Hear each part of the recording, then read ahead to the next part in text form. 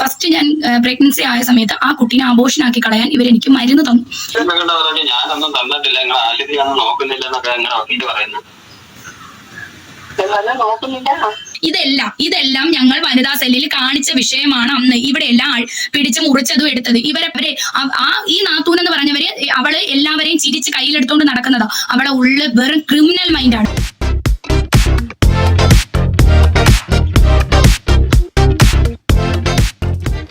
എല്ലാ പ്രിയ സുഹൃത്തുക്കൾക്കും പുതിയൊരു വീഡിയോയിലേക്ക് ഹാർദവമായ സ്വാഗതം. നമ്മുടെ പ്രധാന വിഷയത്തിലേക്ക് കടക്കുന്നതിന് മുമ്പേ എല്ലാ ദിവസവും എല്ലാ വീഡിയോയിലും എല്ലായ്പ്പോഴും പറയുന്ന പോലെ തന്നെ നമ്മുടെ വീഡിയോ കാണുന്ന നിങ്ങൾ ആരെങ്കിലുമൊക്കെ സബ്സ്ക്രൈബ് ചെയ്യാതാണ് കണ്ടുകൊണ്ടിരിക്കുന്നതെങ്കിൽ ആ സബ്സ്ക്രൈബ് ബട്ടണിൽ ഒരു ക്ലിക്ക് വെച്ച് കൊടുക്കുക. ഇപ്പോഴും മുന്നോട്ടുള്ള യാത്രയിൽ എനിക്ക് നിങ്ങളുടെ സഹായം തീർച്ചയായിട്ടും ആവശ്യമാണ്. അപ്പോൾ കൂടുതലായി എടുപ്പിക്കുന്നില്ല, നേരെ വിഷയത്തിലേക്ക് വരാം. വിഷയം എന്ന് പറഞ്ഞു കഴിഞ്ഞാൽ കഴിഞ്ഞ ദിവസം ഞാനിങ്ങനെ ബ്രൗസ് ചെയ്തുകൊണ്ടിരുന്നപ്പോഴത്തേനും കിളിക്കൂട് എന്ന് പറയുന്ന ഒരു യൂട്യൂബ് ചാനൽ കാണാനിടയായി. ആ യൂട്യൂബ് ചാനലിൽ ഒരു ചേച്ചി വന്നിട്ട് പരസ്പര ബന്ധമില്ലാത്ത എന്തൊക്കെയോ സാധനങ്ങൾ വാരി വലിച്ച് പറയുന്നത് എനിക്ക് മനസ്സിലായി. അങ്ങനെ എന്താണ് ഇവർ പറയുന്നതെന്ന് ഞാൻ അന്വേഷിച്ച് പോയപ്പോഴത്തേനും ഇവരുടെ കമൻറ്റ് ബോക്സിൽ ഇവരാരുടെ ഒരു ലൈവിൽ വന്നു. ആ ലൈവിൽ വന്നതുമായി ബന്ധപ്പെട്ട് ആരൊക്കെയോ സൈബർ ബുള്ളിങ് ചെയ്തു. ആ സൈബർ ബുള്ളിങ്ങായിട്ട് ചെയ്തത് വെച്ചിട്ട് കിളിക്കൂട് എന്നുള്ള പേരിന് മാറ്റി കാക്കക്കൂട് ചക്കക്കൂട് എന്നൊക്കെ പറഞ്ഞു. ഈ പറഞ്ഞത് ഈ ചേച്ചിക്ക് ഇഷ്ടപ്പെടാഞ്ഞിട്ട് ഈ ചേച്ചി അറിഞ്ഞും പറഞ്ഞ് എന്തൊക്കെയോ തിരിച്ചു പറഞ്ഞു. പിന്നെ ഞാൻ ആദ്യം ഇത് കണ്ടന്റ് ചെയ്യാമെന്ന് വിചാരിച്ചു. പിന്നെ ഞാൻ വിചാരിച്ചു ഇതിനൊക്കെ ഇപ്പം ഞാൻ എന്നെ പറയാനാണെന്ന് വിചാരിച്ചു. അങ്ങനെ സമയത്ത് ഇന്ന് ഈ ചേച്ചി പുതിയൊരു വീഡിയോ ആയിട്ട് വന്നിരിക്കുന്നു. പക്ഷേ ഈ വീഡിയോയ്ക്കകത്ത് ഒരുപാട് വാലിഡ് ആയിട്ടുള്ള പോയിന്റ്സ് പറയുന്നുണ്ട്.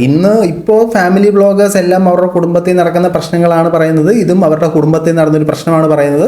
അവരും ഭർത്താവും ജീവിച്ചുകൊണ്ടിരുന്നപ്പോഴത്തേനും ഭർത്താവിൻ്റെ സഹോദരി ഇവരെ വീട്ടിൽ നിന്ന് പുറത്താക്കി ഇവരുടെ അമ്മയെ സ്വാധീനിച്ചു. അതായത് ഈ കിളിക്കൂടിൽ ചെയ്യുന്ന ആളുടെ പേര് ചിന്നു എന്നാണ്. ചിന്നുവിൻ്റെ അമ്മായിയമ്മയെ സ്വാധീനിച്ച് ഇവരെ ആ വീട്ടിൽ നിന്ന് പുറത്താക്കുന്ന സാഹചര്യമൊക്കെ ഉണ്ടായി. അതിനെക്കുറിച്ചിട്ടൊക്കെയാണ് ഈ വീഡിയോയിൽ സംസാരിക്കുന്നത്. നമുക്കിപ്പോൾ ആദ്യം നമ്മുടെ ഈ കിളിക്കൂടിലെ ചിന്നു പറയുന്നൊന്ന് കേട്ടു നോക്കാം. പ്പോൾ അവിടെ ഒരു പെങ്ങള് താമസമുണ്ട്. എന്റെ ചേട്ടന്റെ രണ്ടാമത്തെ സഹോദരി താമസമുണ്ട്. ആ സ്ത്രീ എന്ന് പറഞ്ഞ ഒരു വൃത്തികെട്ട സ്ത്രീയാണ്. കാരണം ഇനി ഞങ്ങൾ മറച്ചു വെക്കത്തില്ല, തെളിവ് റെക്കോർഡ് സഹിതമാണ് ഞങ്ങൾ ഇനി ഇടാൻ പോകുന്നത്. ഞങ്ങളെ ജീവിക്കാൻ അനുവദിക്കത്തില്ല. എന്റെ കല്യാണം കഴിഞ്ഞ് ചെന്ന സമയത്ത് ഫസ്റ്റ് ഞാൻ പ്രഗ്നൻസി ആയ സമയത്ത് ആ കുട്ടീനെ അബോർഷനാക്കി കളയാൻ ഇവരെനിക്ക് മരുന്ന് തന്നു. അപ്പൊ ഞാൻ അന്ന് എനിക്ക് പ്രായത്തിന്റെ ഇതുകൊണ്ട് എനിക്ക് അറിയത്തില്ല. ഇവര് തന്ന ആഹാരം ഞാൻ മേടിച്ച് കഴിച്ചു. അതിനകത്ത് ഇവര് കുട്ടി പോവാനുള്ള ഈ മെഡിസിൻ ഇത് കലക്കി തന്നതായിരുന്നു.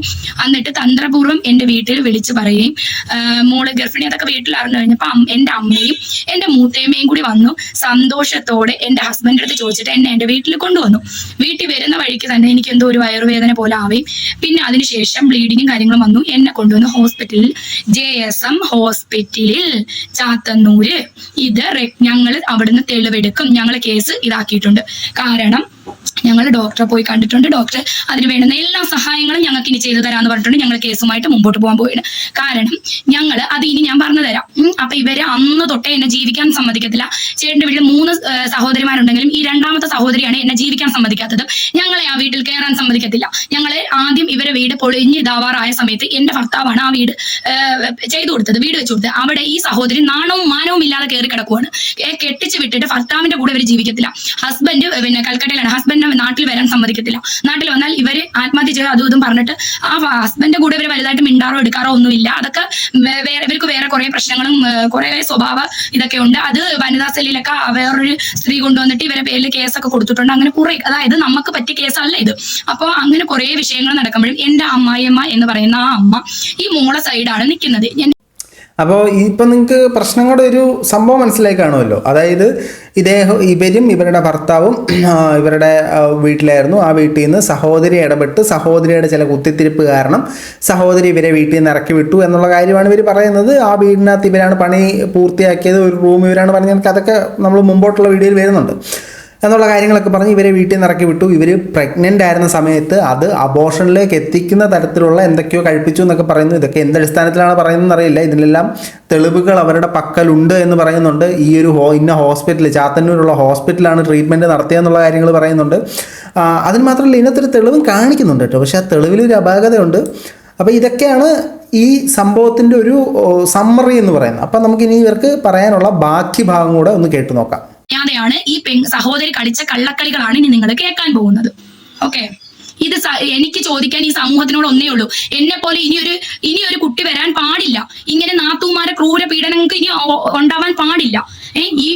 ഇവിടെ കള്ളമുഖം വലിച്ചു കീറ തന്നെ വേണം. അതുകൊണ്ടാണ് ഞാൻ ഈ സമൂഹത്തിനോട് ചോദിക്കുകയാണ്, നിങ്ങൾ കേട്ടോണം. പെറ്റമ്മയെ വെച്ച് ഇപ്പൊ 4 മക്കളുണ്ടെങ്കിൽ ആ 4 മക്കളും ഒരേ കണ്ണി കാണണം. ഈ അമ്മ മോളെ സൈഡും ചേർന്ന് ഞങ്ങളോട് കാണിക്കുന്ന ദ്രോഹമാണ്.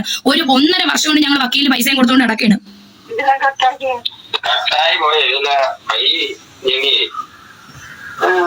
നിങ്ങളെ വക്കീലിനെ പറഞ്ഞു ഞാനൊന്നും തന്നിട്ടില്ല, നിങ്ങളെ ആശുപത്രി ഒന്നും നോക്കുന്നില്ലെന്നൊക്കെ നിങ്ങളെ വക്കീല് പറയുന്നു. നിങ്ങൾ ആശുപത്രിയിലും പൈസ ഒന്നും തന്നില്ല അങ്ങനെയൊക്കെ നിങ്ങളെ വക്കീല് പറഞ്ഞു കൊടുക്കുന്നു. നിങ്ങൾ ആരെങ്കിലും പറഞ്ഞിട്ടല്ലേ നിങ്ങളെ വക്കീല് പറയത്തുള്ളൂ. അപ്പൊ പിന്നെ ആര് പറഞ്ഞു കൊടുത്ത? ആര് കവിത പറഞ്ഞു കൊടുത്ത?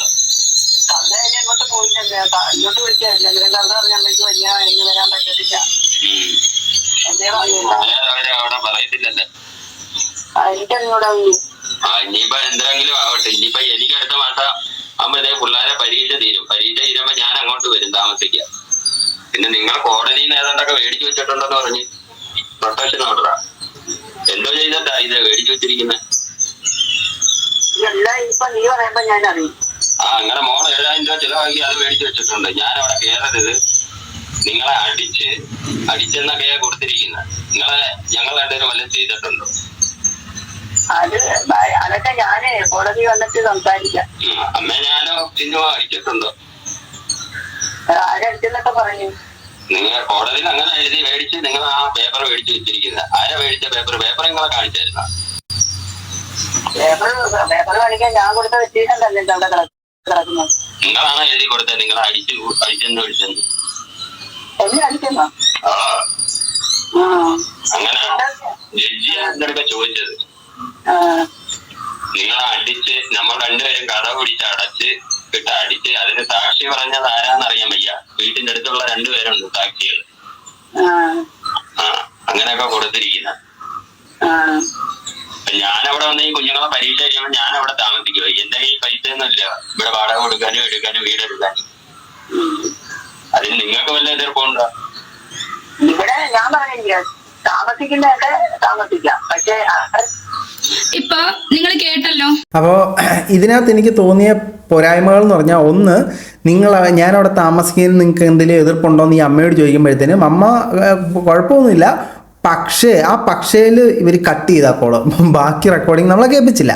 അത് കമൻറ്റ് ബോക്സിൽ 2-3 പേര് ചോദിച്ചപ്പോൾ അതിന് പറയുന്നുണ്ടായിരുന്നു അത് ഒരുപാട് കാര്യങ്ങളുണ്ട്, അത് കേൾപ്പിക്കാൻ പറ്റാത്ത സാഹചര്യമാണെന്നൊക്കെ പറയുന്നുണ്ടായിരുന്നു. അത് കഴിഞ്ഞ് ഇവർ അത് എക്സ്പ്ലെയിൻ ചെയ്യുന്നുണ്ട്. പക്ഷേ ഈ മകളുടെ, അതായത് ഇവരുടെ നാത്തൂൻ്റെ താളത്തിനൊത്ത് തുള്ളി സ്വന്തമായിട്ട് ഫുഡൊന്നും പോലും വെക്കാൻ സമ്മതിക്കത്തില്ല. നാത്തൂൻ പറയുന്ന അനുസരിച്ച് അടിമയെ പോലെ അവിടെ നിൽക്കാമെങ്കിൽ നിന്നു എന്നാണ് ഈ അമ്മ പറഞ്ഞതെന്ന് കാണിക്കുന്നുണ്ട്. പിന്നെ രണ്ടാമത്തെ എനിക്ക് ഈ ഒരു കോൾ റെക്കോർഡിങ്ങിൽ തോന്നിയൊരു പോരായ്മ എന്ന് പറഞ്ഞു കഴിഞ്ഞാൽ, ഈ ചോദ്യങ്ങൾ ചോദിക്കുമ്പോൾ ഈ അമ്മ പ്രോപ്പറായിട്ടൊരു മറുപടി പറയുന്നില്ല.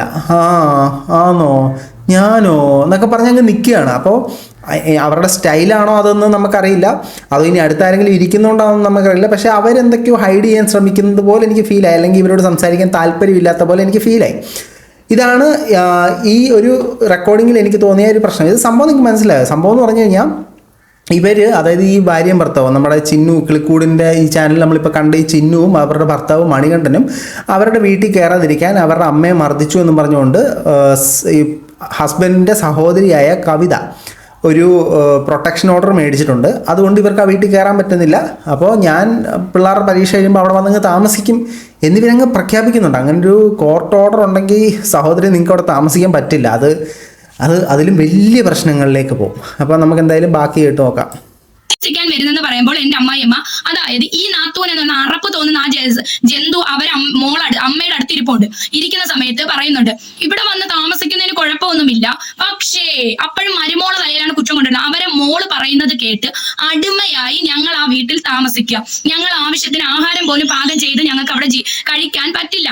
കാരണം അവരെ മോള് പറയുന്നതും അവരെ മോള് തരുന്ന ആഹാരവും കഴിച്ച് അവരെ മോളെ അടിയും ചീത്തവിളിയും അവരെ മോള് വായിൽ കൊള്ളാത്ത, നിങ്ങളോട് എനിക്ക് പറയാൻ പറ്റില്ല, ഒരു സ്ത്രീയെ വിളിക്കാൻ കൊള്ളാത്ത വെറും അറപ്പ് തോന്നുന്ന സംസ്കാരമില്ലായ്മ ഉള്ള ഭാഷകളാണ് ഇവരെ മോള് എന്നെ വിളിക്കുന്നത്. മറ്റുള്ള ആണുങ്ങളുമായിട്ട് എന്നെ കൂട്ടിവായന വരെ നടത്താറുണ്ട് ഇവരെ പെങ്ങള്. ഇതിനകത്ത് ഈ പക്ഷേ അടിമയായിട്ട് ജീവിക്കണം, ആഹാരം പോലും പാചകം ചെയ്യാൻ പറ്റില്ല എന്നുള്ള സാധനം കൂടെ, ഏതായാലും ഇത്രയും നിങ്ങൾ ചെയ്തതേ തെറ്റ്. നിങ്ങളുടെ ഫാമിലിയിൽ നടന്നൊരു പ്രശ്നം കോടതിയിൽ പൊക്കോണ്ടിരിക്കുന്ന അല്ലെങ്കിൽ കേസ് നടന്നുകൊണ്ടിരുന്ന സാധനം പബ്ലിക് പ്ലാറ്റ്ഫോമിൽ എടുത്ത് ഇട്ടതേ ശരിയല്ല. ഇട്ട സ്ഥിതിക്ക് അത് മൊത്തം ഇടായിരുന്നു. ഇത്രയും വെച്ച് കട്ട് ചെയ്തിട്ട് ബാക്കി ഞാനങ്ങ് പറയും എന്നുള്ള രീതിയിൽ പറഞ്ഞത് ശരിയായി എന്ന് എനിക്ക് തോന്നുന്നില്ല. അത് കാണിക്കുമ്പോൾ സമ്പൂർണ്ണമായും കാണിക്കണമായിരുന്നു. ഇതിപ്പോൾ നിങ്ങളെന്തോ ഒരു മിസ്ലീഡ് ചെയ്തൊരു പ്രതീതിയാണ് ഇതിനകത്തുനിന്ന് ഉണ്ടായത്. അത് മാത്രമല്ല, ഇവരെ ഉപദ്രവിച്ചു, അത് പോലീസ് സ്റ്റേഷനിൽ കേസുണ്ട് എന്നൊക്കെയുള്ള കാര്യം സംസാരിക്കുന്നുണ്ട്. ഞാൻ അതുകൂടെ ഒന്ന് കാണിക്കാം. ഇതെല്ലാം ഞങ്ങൾ വനിതാ സെല്ലിൽ കാണിച്ച വിഷയമാണ്. അന്ന് ഇവിടെ എല്ലാം പിടിച്ച് മുറിച്ചതും എടുത്തത്. ഇവരെ പെങ്ങള് എന്ന് പറയുന്ന രണ്ടാമത്തെ പെങ്ങൾ എന്ന് പറയുന്ന സ്ത്രീ ആണുങ്ങളെ കളിക്കുന്നത് എന്ത് അധികാരമാണുള്ളത്? ഞങ്ങൾ എന്റെ അമ്മ വീട്ടുജോലി ചെയ്ത് പാത്രം കഴി വീട്ടുജോലി ചെയ്ത് പൈസ മേടിച്ച് തന്ന പൈസക്കാണ് ഞാൻ ആ റൂം ഇറക്കിയത്. ആ വീട്ടിൽ എനിക്കൊരു അവകാശമല്ല, പക്ഷെ ഞാൻ അതിനോട് ചേർന്ന് റൂം ഇറക്കി. ആ റൂമിൽ ഞങ്ങൾ ഇറക്കി വിട്ട സമയത്ത് റൂം കുത്തി തുറന്ന് അവരെ ചേഴാറന്മാര് 2 ആമ്പിളാര്, ഞാൻ ഈ വീഡിയോ കാണുന്നെങ്കിൽ ഒരു കാര്യം കേട്ടാ, നിങ്ങൾക്ക് നാണവും മാനം ഉണ്ടോ കൊച്ചുങ്ങളെ?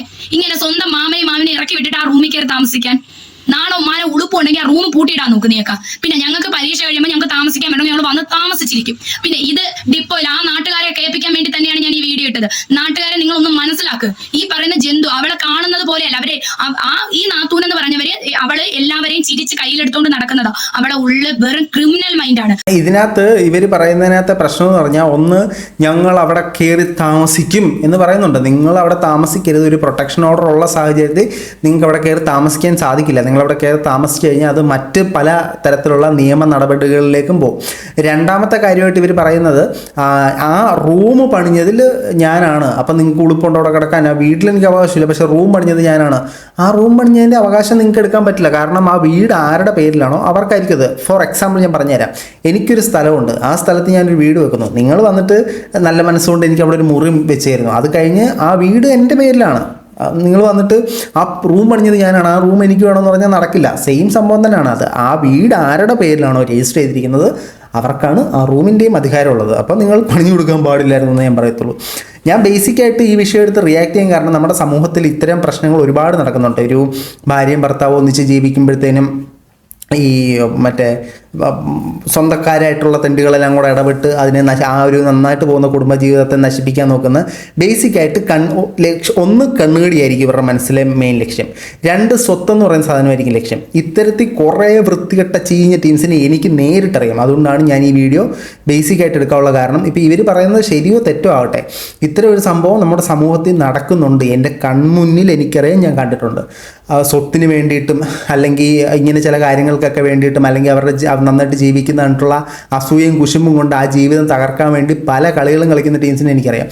ഇതുപോലെ നമ്മളെ കാണുമ്പോൾ മോനെ സുഖമാണോടാ എന്ന് ചോദിക്കുക, അപ്പുറത്ത് മാറി നിന്നിട്ട് കൊള്ളാം അവനെ ഞാൻ തകർക്കും എന്ന് പറയുന്ന ടീംസ് നമ്മുടെ ചുറ്റുമുണ്ട്. സോ നിങ്ങളൊരു ജീവിതം നയിക്കുമ്പോഴത്തേനും പല നാറുകളും പല അഭിപ്രായങ്ങളും പറയാൻ വരും. അതൊന്നും കേൾക്കല്. നിങ്ങൾക്ക് തോന്നുന്ന ശരിയായ ഡിസിഷനിൽ മുന്നോട്ട് പോവുക.